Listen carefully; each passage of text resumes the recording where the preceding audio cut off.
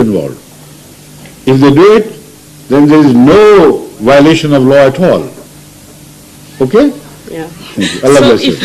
if I decide that I'll have a clear conscience and I won't feel guilty in the eyes of God that I've killed somebody. I'm telling you, this is very clear to me. There is not the shadow of doubt about it. I don't believe in fighting against the decrees of Allah. There is a point where the submission begins to take over. And that child has reached that stage vis-a-vis you.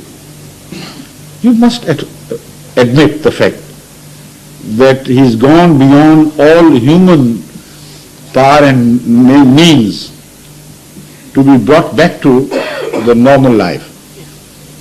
So then submit and give in to the will of Allah with grace. You will win Allah's grace, not His wrath, by doing so.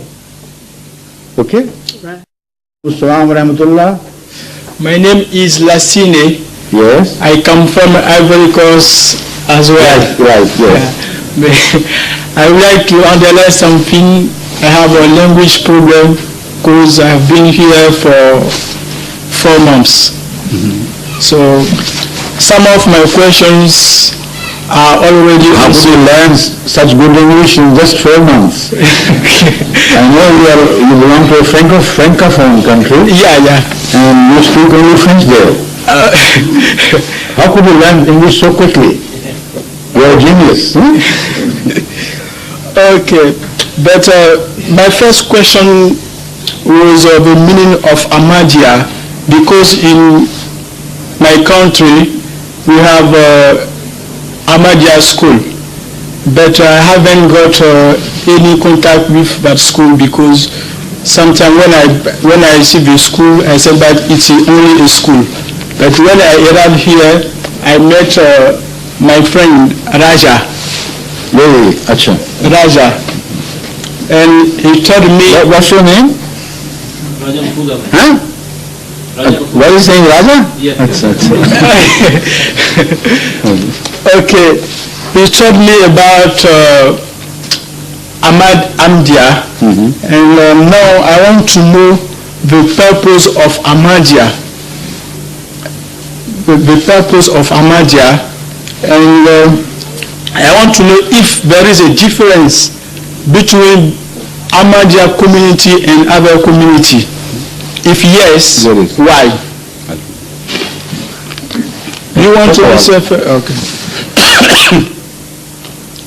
I'll give you a short answer, which is central to the question. All the rest of the debate is raging round the central point, not regarding the central point.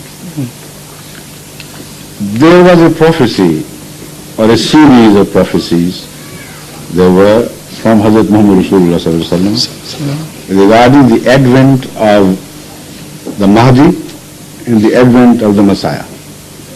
Right or wrong? Right. Tell me, right? I think. So the real difference, the central difference is, we believe that that Imam has come, and the rest of the Muslims reject that. That's all the difference. Now, for instance, they emphasize the difference regarding prophethood. And they say, while all the other mainstream Muslims understand the verse Khatam al-Nabiyyin and other traditions of Rasulullah to mean that there will be no prophet whatsoever after Hazrat Muhammad Rasulullah. Against this united belief of all the Muslims, they say, look at the Ahmadis, they have made a new prophet for themselves. They say this is the difference. Okay, let's first turn to the issue again, which I said was central to the debate. The Mahdi and the Messiah. Let us hear from them who blame us of having invented a new meaning and attributed it to Bas Khatam al-Nabiyyin, and understand what their view about this is. Okay? If you ask these ulama, will the Messiah who would come be a prophet of God or not? What will be the answer?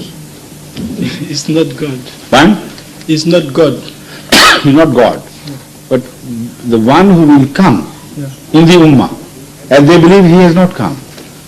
But if you ask them, will he be a prophet of God or not, what do you think would be the answer? I think we have one God. I'm not talking of oneness of God or reality of God. Yeah. Please try to understand. I know it's difficult for you to fully understand English, but I'll make it easier. I tell you the answer.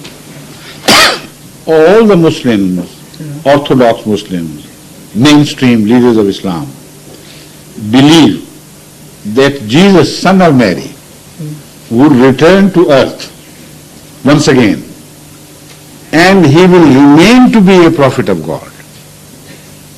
See? This is their common belief. So will, after the demise of Hadhrat Muhammad Rasulullah, a prophet come or not come? This is the question. They all agree with us that he will be a prophet of God.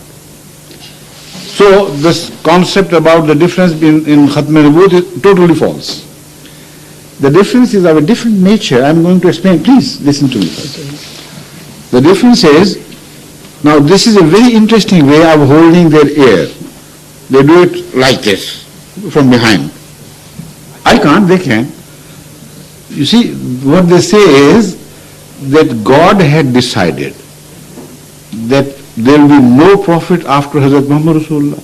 So he declared him to be the last in time. But the problem God faced was there would be need for another prophet. How would he fulfill that need? You see? So they attribute a very cunning device to Allah. Allah is not a cunning thing. The mullahs are, unfortunately. They attribute this cunning device. They said, God said, all right, I'll condone my mistake by keeping Jesus alive for just such an opportunity or requirement, such an eventuality. And when the last prophet would have come and there will be need for another prophet, I'll bring back Jesus the other way around.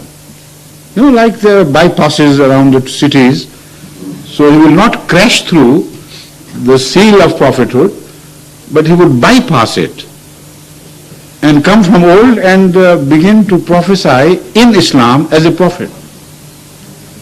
We say, for God's sake, don't attribute your own intricacies, the intricacies of your own mind to Allah, the source of all wisdom.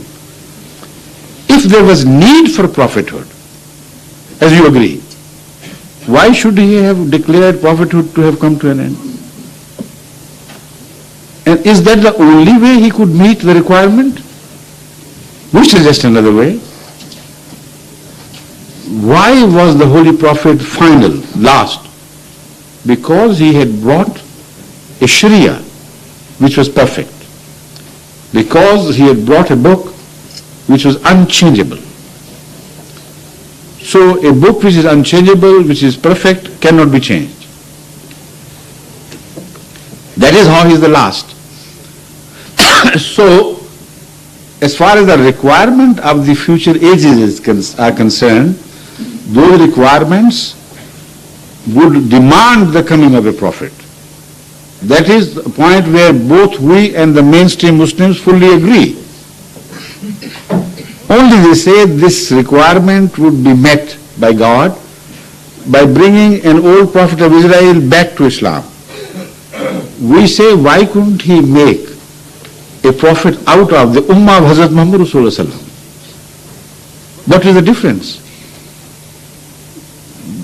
Why should Jesus come and become a Muslim this time? They say, because after Hadhrat Muhammad Rasulullah, no non-Muslim prophet can come. So a prophet from the old stock, brought back and made to enter the new stock, and that is how Allah fulfills the requirement. What an intricate system of thinking. The simple thing is, and when you say why they say Muhammad Rasulullah is the last. His Sharia is the last. So Jesus Christ could not be accepted as a valid prophet